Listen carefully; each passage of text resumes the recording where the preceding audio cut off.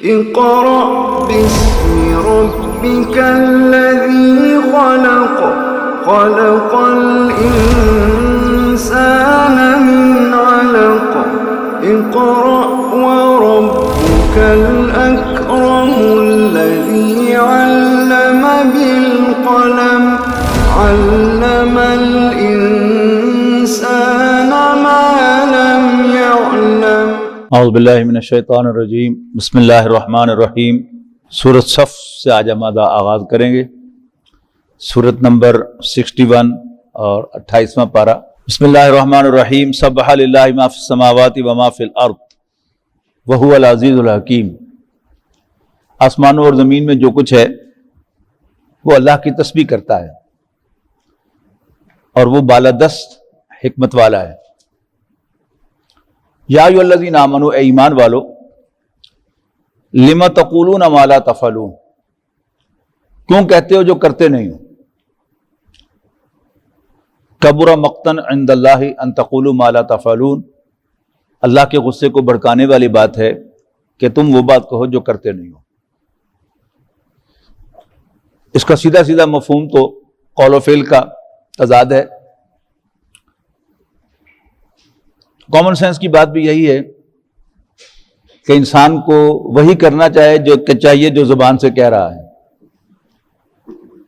اور جو زبان سے کہہ رہا ہے اس کو کرنا بھی چاہیے، اس پر عمل بھی کرنا چاہیے۔ لیکن اس سورت کا ایک خاص مضمون ہے، اس کا ایک خاص ایکسس ہے اس سورت کا، جس کے گرد یہ سورت گھومتی ہے، اور وہ ہے اللہ کے دین کا غلبہ اور اس کے راستے میں جد و جہد، جو اس کی نویں آیت کے اندر آیا ہے۔ اور وہ نویں آیت جو ہے اس سورت کی، وہ بھی کوئی نئی نہیں ہے، یہ جوں کی توں ریپیٹ ہوئی ہے سورۃ توبہ میں، اور اس کا پہلا حصہ جو ہے اس آیت کا وہ ریپیٹ ہوا ہے زیادہ دیر پہلے نہیں بلکہ سورہ فتح کے آخر میں۔ هو الذی ارسل رسولہ بالہدی ودین الحق لیظہرہ علی الدین کلہ، اللہ ہی تو ہے جس نے بھیجا اپنے پیغمبر حضرت محمد صلی اللہ علیہ وسلم کو الہدی، کامل ہدایت یعنی قرآن مجید دے کر، ودین الحق، اور سچا دین یعنی دین اسلام دے کر، لیظہرہ علی الدین کلہ، تاکہ وہ غالب کر دے اس کو کل کے کل دین پر، کل نظام زندگی پر۔ دو جگہ فرمایا وَلَوْ كَرِهَ الْمُشْرِكُونَ، خواہ یہ مشرکوں کو کتنا ہی برا لگے، اور ایک مقام پر فرمایا وَكَفَى بِاللَّهِ شَهِيدًا، اور اللہ کافی ہے اس پر گواہ۔ پھر اس کی چوتھی آیت دیکھیں تو وہی بات جو ہے وہ اس کے ساتھ جوڑی گئی ہے، إِنَّ اللَّهَ يُحِبُّ الَّذِينَ يُقَاتِلُونَ فِي سَبِيلِهِ صَفًّا کأنہم بنیان مرصوص، یعنی تیسری آیت میں اللہ تعالیٰ کے غصے کا تذکرہ ہے کہ اللہ تعالیٰ کو غصہ کن پر آ رہا ہے، اور چوتھی آیت میں اللہ کو پیار کس پہ آ رہا ہے، اور جو اللہ کے راستے میں سیسا پلائی ہوئی دیوار کی مانند صف باندھ کر جنگ کرتے ہیں، اللہ کو ان پر پیار آتا ہے، اللہ تعالیٰ ان سے بڑا خوش ہے۔ ان چاروں آیات کو ملا کر اگر آپ پڑھیں تو سبح للہ ما فی السماوات وما فی الارض، آسمانوں اور زمین میں جو کچھ ہے اللہ کی تسبیح کرتا ہے۔ فرشتے بھی اللہ کی تسبیح کرتے ہیں، وہ آسمانوں کے اندر ہیں، اور زمین پر ذرات، پودے، مچھلیاں، کیڑے مکوڑے، بڑے بڑے جانور، ہاتھی، شیر، یہ سب اللہ کی تسبیح کرتے ہیں۔ یوں سمجھو کہ اللہ نے ان کو پیدا ہی تسبیح کے لیے کیا ہے، and they are doing their job very well۔ لیکن اے مسلمانوں، یا ایھا الذین آمنوا، اللہ نے تمہیں اپنی تسبیح کے لیے پیدا نہیں کیا۔ اللہ تعالیٰ نے انسان کو بڑے واضح الفاظ میں سورہ زاریات میں ہم پڑھ کے آئے ہیں وَمَا خَلَقْتُ الْجِنَّ وَالْإِنسَ إِلَّا لِيَعْبُدُونِ، ہم نے جنوں اور انسانوں کو صرف اس لیے پیدا کیا ہے کہ وہ میری بندگی کریں۔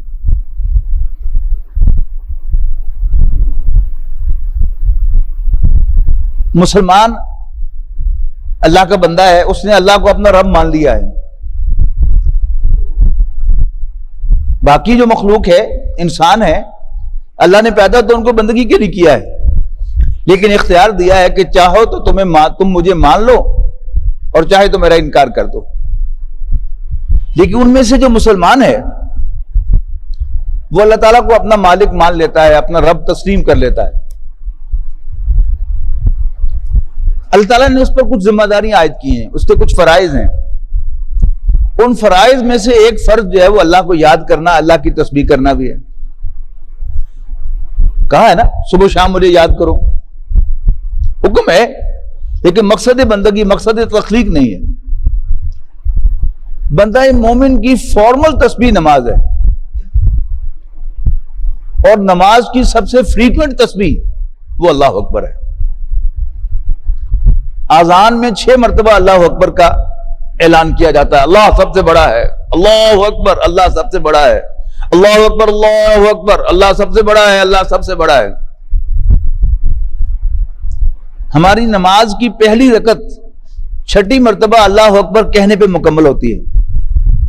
اللہ اکبر, رکوع جاتے ہوئے اللہ اکبر, سجدے میں جاتے ہوئے اللہ اکبر, پہلے سجدے سے اٹھتے ہوئے اللہ اکبر, دوسرے سجدے میں جاتے ہوئے اللہ اکبر, اور پھر دوسرے سجدے سے اٹھتے ہوئے ایک رکعت مکمل ہوئی اللہ اکبر.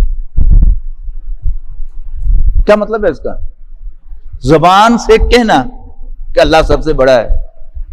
تو یا ایھا الذین آمنوا لم تقولون ما لا تفعلون, اے ایمان والو کیوں کہتے ہو جو کرتے نہیں ہو. کبر مقتا عند اللہ ان تقولوا ما لا تفعلون, اللہ کے غصے کو بھڑکانے والی بات ہے کہ تم وہ کہو جو کرتے نہیں ہو. اب ان چاروں آیتوں کو ملا کر پڑھیے. آسمانوں اور زمین کی ہر شے اللہ کی تسبیح کرتی ہے. مومن کو تسبیح کے لیے پیدا نہیں کیا گیا. اس کی سب سے فریکوینٹ تسبیح, فارمل تسبیح جو ہے وہ اللہ اکبر ہے. لیکن اگر بالفعل اللہ زمین پر بڑا نہیں ہے اور انسان اس کو بڑا کرنے کے لیے, اس کی بڑائی کو قائم کرنے کے لیے ہاتھ پاؤں بھی نہیں مار رہا تو اللہ تعالیٰ کو اس پر غصہ آتا ہے. وہ لوگ کہ جو اللہ کے راستے میں سیسا پلائی ہوئی دیوار کی طرح صف باندھ کر جنگ کرتے ہیں, اللہ تعالیٰ کو ان پر پیار آتا ہے. علامہ اقبال کی 2 مشہور رباعیاں میرا خیال ہے کہ انہی 4 آیات سے ماخوذ ہیں. میری پیدائش سے بہت پہلے علامہ اقبال اس دنیا سے چلے گئے, میری تو ملاقات نہیں ہوئی, لیکن اگر میری ملاقات ہوتی تو میں ضرور ان سے پوچھتا کہ آپ کے پیش نظر یہ آیات ہیں. یا وسعت افلاک میں تکبیر مسلسل, یا خاک کی آغوش میں تسبیح و مناجات, وہ مذہب مردان خود آگاہ خدا مست, یہ مذہب ملاؤں نباتات و جمادات. دوسرے شعر سے, رباعی سے مزید واضح ہو جائے گی بات کہ پرواز ہے دونوں کی اسی ایک فضا میں, کرگس کا جہاں اور ہے شاہی کا جہاں اور. کرگس گدھ کو کہتے ہیں. گدھ کیا کھاتی ہے؟ مردار کھاتی ہے. اڑتی وہ بھی 2 پروں کے ساتھ اسی فضا میں ہے, اور عقاب بھی اسی فضا میں اڑتا ہے. عقاب کیا کھاتا ہے؟ وہ اپنا شکار کر کے کھاتا ہے. پرواز ہے دونوں کی اسی ایک فضا میں, کرگس کا جہاں اور ہے شاہی کا جہاں اور. الفاظ و معانی میں تفاوت نہیں, لیکن الفاظ و معانی میں تفاوت نہیں, لیکن ملا کی اذاں اور مجاہد کی اذاں اور. دونوں اللہ اکبر ہی کہتے ہیں. ایک مسجد میں لاؤڈ سپیکر پر اللہ اکبر کہہ رہا ہے, جس کی آواز والیوم کے لحاظ سے زیادہ ہے, اور ایک میدان جنگ میں جا کر اللہ اکبر کہہ رہا ہے. لاؤڈ سپیکر کی آواز سے جو آس پڑاس کے لوگ ہیں ان کی نیندیں تو حرام ہو سکتی ہیں, ان کے بچے تو ڈر سکتے ہیں, لیکن زمین و آسمان نہیں ہلتے. لیکن 10 آدمی یہاں باہر سوسا روڈ پر جا کر اللہ اکبر کا نعرہ لگائیں when they mean it کہ اللہ سب سے بڑا ہے, تو بی بی سی پر بھی خبر آئے گی کہ آج فیصل آباد کے شہر میں سوسا روڈ پر کچھ نوجوان باہر نکل آئے اور انہیں سڑک پر آ کر یوں ہاتھ اٹھا کر اللہ اکبر کا نعرہ لگائے. ہل گئی نا زمین. یا وسعت افلاک میں تکبیر مسلسل, یہاں وسعت افلاک میں تکبیر مسلسل سے مراد کیا ہے؟ اللہ اکبر کا میدان جنگ میں نکل کے نعرہ لگانا. اور یا خاک کی آغوش میں مسجد میں بیٹھ کر تسبیح پکڑ کر اللہ اللہ کرنا اس میں اور پبلک نہیں، فلک اشکاف نعرے لگانا اللہ اکبر کے، ان دونوں میں زمین و آسمان کا فرق ہے۔ ایک پر اللہ کو غصہ آتا ہے، ایک پر اللہ کو پیار آتا ہے۔ اگلی آیت بھی بالکل اس کے ساتھ جڑی ہوئی، وَإِذْ قَالَ مُوسَىٰ لِقَوْمِهِ یا قوم لِمَ تُؤْذُونَنِي وَقَدْ تَعْلَمُونَ أَنِّي رَسُولُ اللَّهِ إِلَيْكُمْ۔ یاد کرو جب موسیٰ نے، یعنی موسیٰ علیہ السلام نے اپنی قوم سے کہا، اے میری قوم مجھے کیوں تنگ کرتے ہو، جبکہ تم جانتے ہو کہ میں تمہاری طرف بھیجا ہوا اللہ کا رسول ہوں۔ یہ کدھر اشارہ ہے کہ جب موسیٰ علیہ السلام کو تورات عطا کی گئی اور ان سے کہا گیا کہ اب تم اپنے ہوم لینڈ فلسطین کو فتح کرو اور وہاں پر اس تورات کو جا کر نافذ کرو، قائم کرو، اللہ کی حکمرانی اسٹیبلش کرو، تو قوم نے لڑنے سے انکار کر دیا۔ اس پر حضرت موسیٰ علیہ السلام لما تؤذوننی، مجھے کیوں تنگ کرتے ہو، کیوں ایذا دیتے ہو، وقد تعلمون انی رسول اللہ الیکم، جبکہ تم جانتے ہو کہ میں تمہاری طرف بھیجا ہوا اللہ کا رسول۔ یعنی ایک رسول کو رسول مان لینے کے بعد اس کی بات نہ ماننا، یہ کیا ہے؟ گویا ایمان کی نفی ہے، اور کتنا بڑا جرم ہے۔ فلما زاغوا ازاغ اللہ قلوبہم، تو جب وہ ٹیڑے ہوئے انہوں نے اللہ کے حکم سے منہ موڑا، ازاغ اللہ قلوبہم، تو اللہ نے ان کے دلوں کو بھی ٹیڑھا کر دیا، ان کے دلوں کو بھی صحیح رخ سے موڑ دیا۔ واللہ لا یہدی القوم الفاسقین، اور اللہ تعالیٰ ایسے فاسقوں کو، ایسے نافرمانوں کو راستہ نہیں دکھایا کرتا۔ یہ سن 75 کی بات ہے، تو محترم ڈاکٹر سہار احمد صاحب کا درس سن کے میں آیا تو خیال آیا کہ بڑی زبردست صورت ہے، ایسے یاد ہی کر لیا جائے۔ تو یاد کرتے کرتے جب میں 5ویں آیت پر پہنچا مجھے اسٹرائک ہوا کہ میں حضور صلی اللہ علیہ وسلم کو اللہ کا رسول مانتا ہوں، رسول اللہ صلی اللہ علیہ وسلم کا فرمان بھی صحیح میرے سامنے ہے کہ داڑھیوں کو چھوڑو اور مونچھوں کو تراشو۔ داڑھی میں نہیں رکھی تھی اس وقت، تو جب بار بار اس آیت کو یاد کر رہا تھا پھر میں ڈر گیا کہ ایسا نہ ہو کہ اللہ تعالیٰ میرے دل کو ہدایت سے پھیر دے، تو میں نے پھر اللہ نے توفیق دی تو فیصلہ کیا کہ داڑھی رکھ۔ بڑی زبردست وارننگ ہے کہ اللہ کے رسول کو رسول مان لینے کے بعد اس کے کسی واضح رخ سے منہ موڑنا، اس کے کسی واضح فرمان سے منہ موڑنا، گویا ہدایت سے منہ موڑنے کے مترادف۔ اور پھر اللہ تعالیٰ بھی کہتا جا دفع ہو جا، پھر اللہ تعالیٰ ایسے نافرمانوں کو ہدایت نہیں دیتا۔ اللہ تعالیٰ ہمیں ایسے انجام سے محفوظ رکھے۔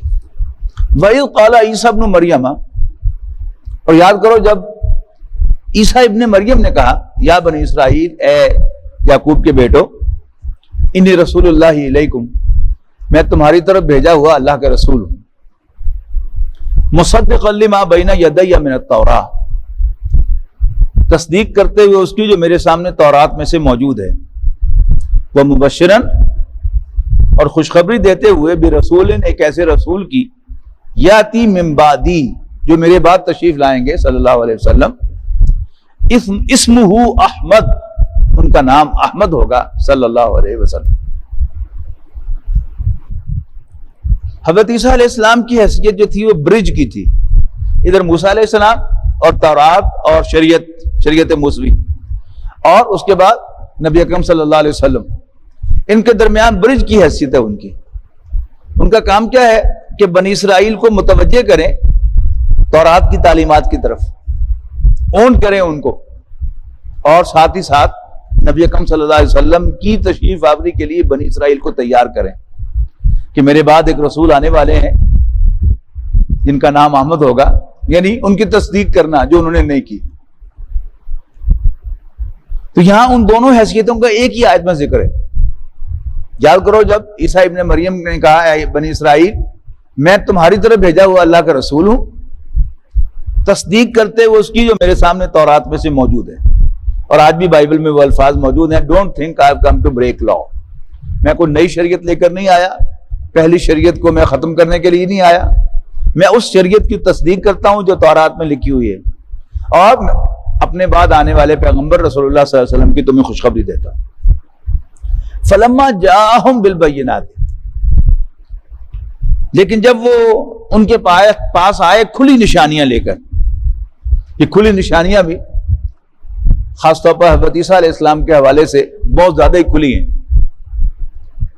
کہ بالکل بچپن میں 1-2 دن کے بچے کی حیثیت سے انہوں نے بولنا شروع کیا، یعنی ان کی پیدائش بھی معجزہ تھی، کھلی نشانی تھی، بن باپ کے پیدا ہوئے، پھر ماں کی گود میں سے بولے، پھر بہت ینگ ایج میں انہوں نے واعظ کہنا شروع کیا سینیگوگ کے اندر، اور پھر مردوں کو زندہ کر کے دکھایا، کوڑی کو تندرست کر کے دکھایا، نابینا کو بینا کر کے دکھایا، اور کھڑے آدمی کو بتا دیا کہ تم کیا کھا کے آئے ہو، تمہارے پیٹ میں کیا ہے، گھر میں کیا رکھ کے آئے ہو۔ تو یہ بہت زیادہ کھلی نشانیاں تھیں۔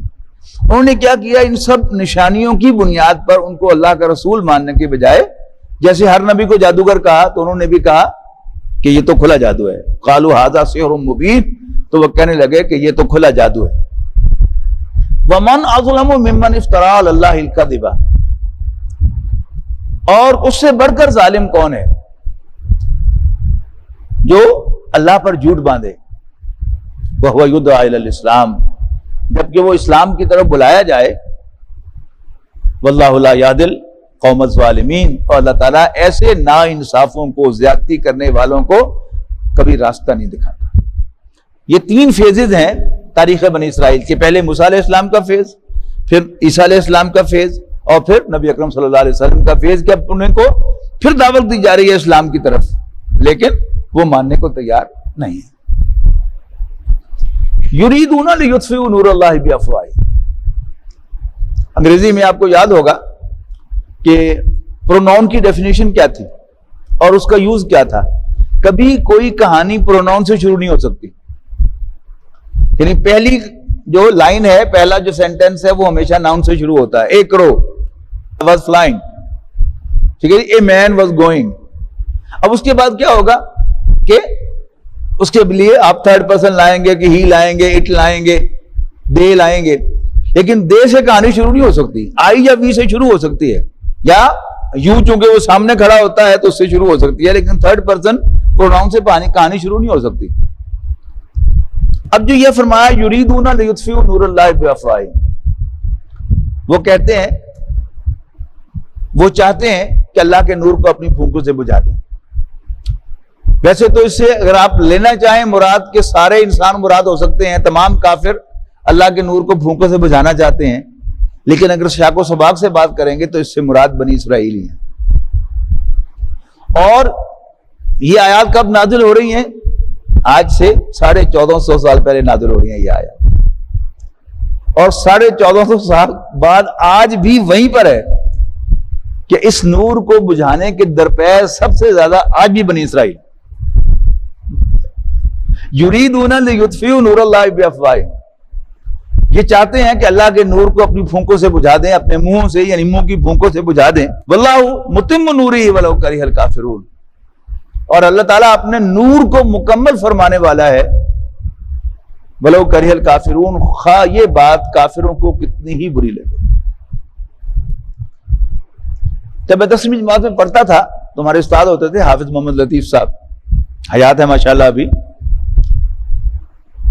ان کی خاص بات یہ تھی کہ انہوں نے کلاس میں اردو کبھی نہیں بولی تھی، پنجابی میں پڑھایا انہیں سارا، اور کانسیپٹ بڑے کلیئر کیے، یعنی جو بات انسان کو اپنی زبان میں سمجھ آتی ہے وہ کسی دوسری زبان میں سمجھ نہیں آتی۔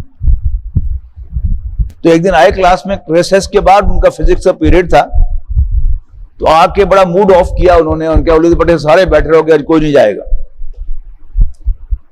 دراز کو سانپ سونگ گیا، چپ ہو گئے سارے۔ تھوڑی دیر کے بعد کسی لڑکے نے ہمت کی، ان کا سر کی گستاخی ہوگی، کیوں رہے گا بیٹھے ہو گے تو؟ مڑے نے کہا کہ جی نیرا ہو جائے گا۔ کیوں ہو جائے گا؟ نیرا ہو گیا تھا۔ ان کا سر نظر ہی کچھ نہیں آئے گا۔ اچھا تسی روشنی دیکھ دے ہو؟ اچھا لکھو پھر، روشنی وہ توانائی ہے جس کی موجودگی میں ہم دیکھ سکتے ہیں۔ تو یہ جو آسمانی اللہ تعالیٰ کی ہدایت ہے، یہ روشنی ہے کہ اگر یہ ہو تو آپ کو راستہ دکھائی دیتا ہے، اور اگر یہ نہ ہو تو انسان کو کچھ سمجھائی نہیں دیتا۔ دوسرا ایک فیکٹر جو مطلوب ہوتا ہے وہ ہوتا ہے انسان کی اپنی ایبلٹی ٹو سی. یہ میرے دوسرے استاد میڈیسن کے ڈاکٹر ممتاز حسن صاحب، انہوں نے کلینکل میتھڈ پڑھا رہے تھے ہمیں. تو جب ٹاپک آیا ایگزامینیشن آف دا پیشنٹ، تو انہوں نے کہا کہ جی I quote my teacher, examination of the patient should be done in a good light with a good eye sight and a good brain behind. کہ مریض کا معائنہ اچھی روشنی میں، اچھی نظر کے ساتھ اور اچھے دماغ کے ساتھ کرنا چاہیے. ان میں سے کوئی چیز نہ ہو، آپ کی نظر تو بڑی ٹھیک ہے لیکن اندھیرا ہے. وہ پرانی روایت، آپ تو خیر ہر آدمی کے جیب میں موبائل ہوتا ہے تو لائٹ ہوتی ہے. ڈاکٹر کے پاس ٹارچ ہوتی تھی ہمیشہ مریض کو دیکھنے کے لیے. آنکھ دیکھنی ہے، گلا دیکھنا ہے، یا کان دیکھنے ہیں، یا کوئی زخم جو ہے وہ دیکھنا ہے، کہ خارش دیکھنی ہے جلد کے اوپر، تو وہ اس روشنی سے دیکھا کرتا تھا. تو پہلی چیز کیا ہے؟ لائٹ. دوسرا آئی سائٹ ٹھیک ہو. یہ ہماری نظریں کمزور ہوتی ہیں تو کیا ہم پھر چشمہ لگاتے ہیں نا، تو اس نظر کی کمی کو پورا کرنے کے لیے. اور اگر نظر کمزور ہو تو کچھ نظر نہیں آتا. روشنی بھی ہے، نظر بھی ٹھیک ہے، لیکن ڈاکٹر کو پتہ ہی کخ نہیں کہ دیکھنا کیا ہے اس نے، پھر بھی سب کچھ بیکار ہے. چوتھی چیز جو دین کی بات اور حقائق کو دیکھنے کے لیے دل کی روشنی کا ہونا بھی ضروری ہے. وہ جو ہم سورت حج میں پڑھ کے آئے ہیں کہ انہا لا تعمى الابصار، یہ آنکھیں صرف اندھی نہیں ہوا کرتی، ولکن تعمى القلوب التي في الصدور، بلکہ اندھے وہ دل بھی ہو جایا کرتے ہیں جو سینوں کے اندر ہیں. تو یہ ساری چیزیں مل جائیں تو انسان کو ہدایت ملتی ہے. تو روشنی کیا ہے؟ ہدایت کیا ہے؟ روشنی ہے. اللہ تعالیٰ نے روشنی کا ایک چراغ تو ہمارے دلوں کے اندر جلا دیا ہے روح کی شکل میں، کہ اس سے انسان کو راستہ پتہ چلتا ہے. لیکن خارج میں اللہ تعالیٰ نے اپنے پیغمبر بھیجے ہیں پے بپے، آگے پیچھے. ٹھیک ہے؟ اچھا، اب اللہ کے جو اقبال نے کہا تھا نا کہ ستیزہ کار رہا ہے ازل سے تا امروز، چراغ مصطفی سے شرار بولا بھی. کہ اللہ کے نور کو بجھانے کی کوششیں اول روز سے ہوتی رہی. یعنی پہلے رسول حضرت آدم علیہ السلام کے بعد نوح علیہ السلام تھے، تو ہم پڑھ کے آئے ہیں کہ کیا کیا ان کی قوم نے ان کے ساتھ.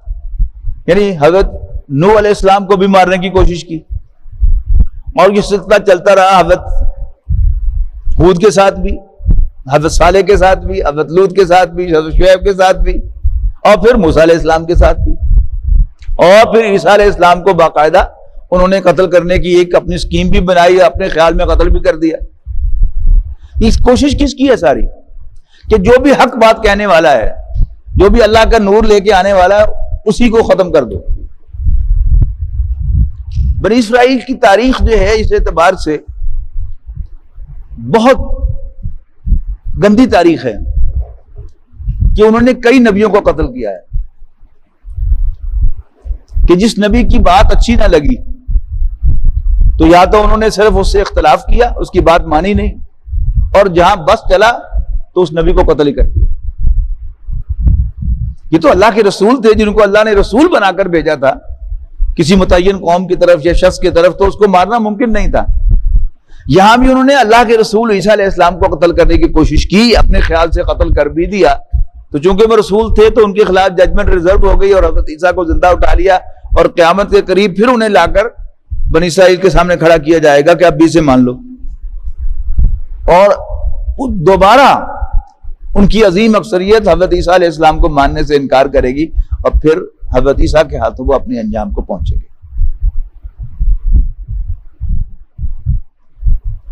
اس کے بعد جو پوائنٹ ہے یہاں پر، اللہ اپنے نور کو مکمل فرمانے والا ہے، اس کو بھی سمجھ لیجئے.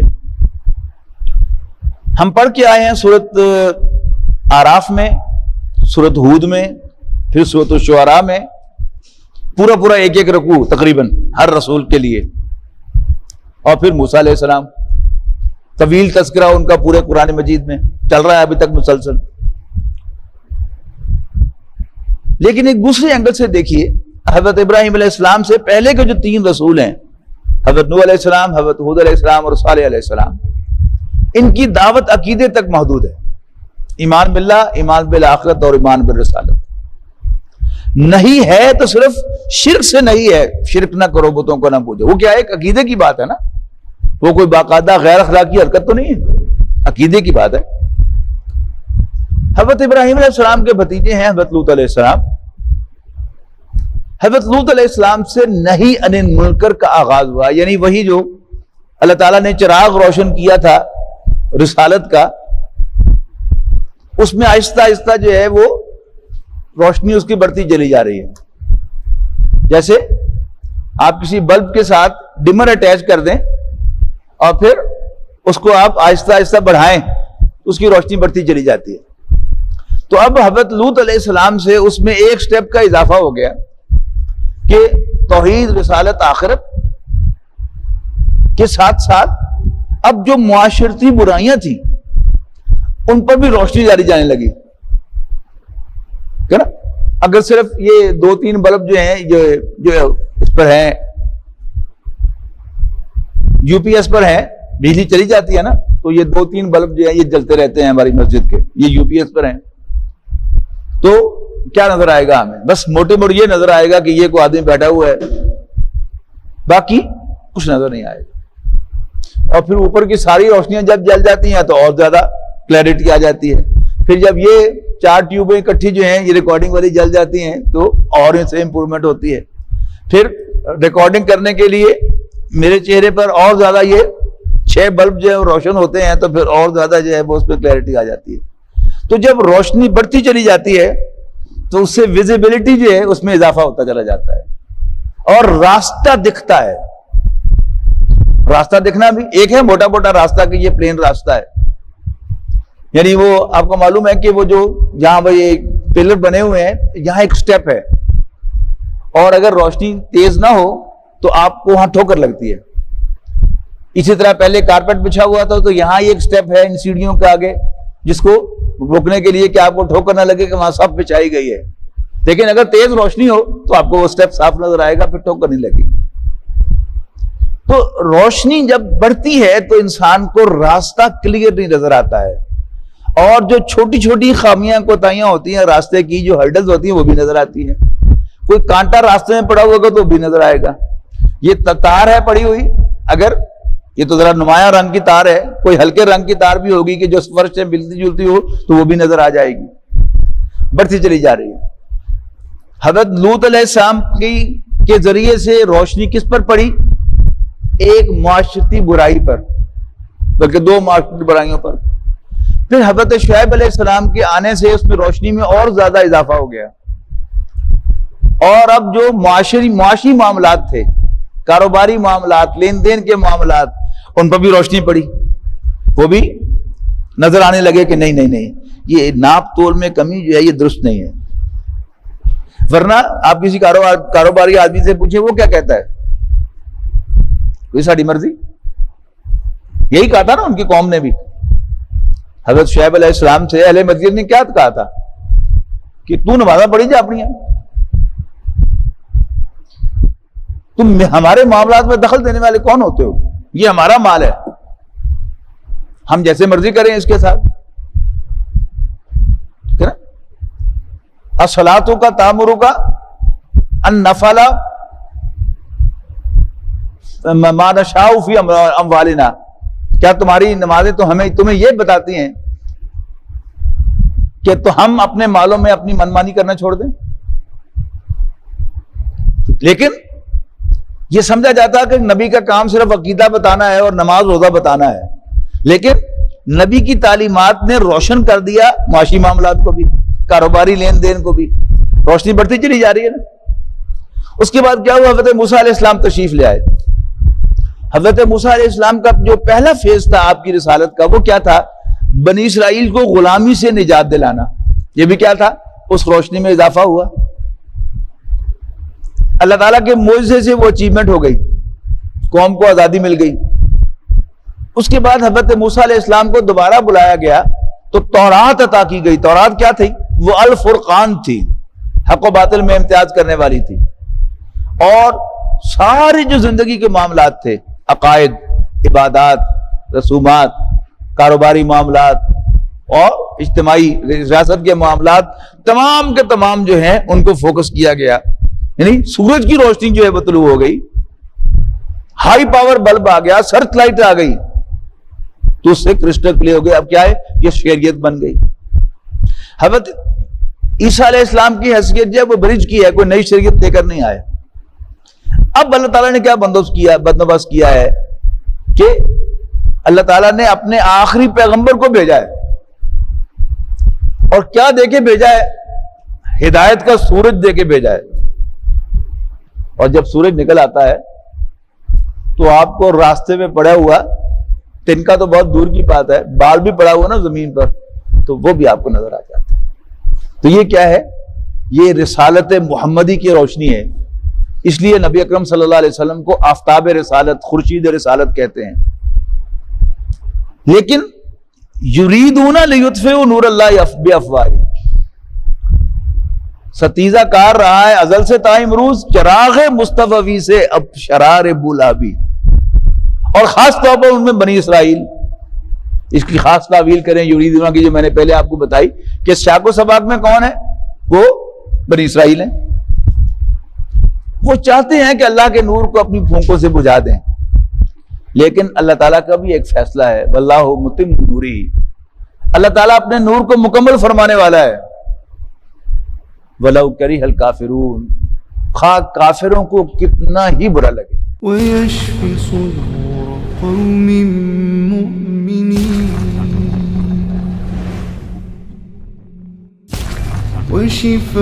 وَشِفَاءٌ لِمَا فِي الصُّدُورِ وَإِذَا مَا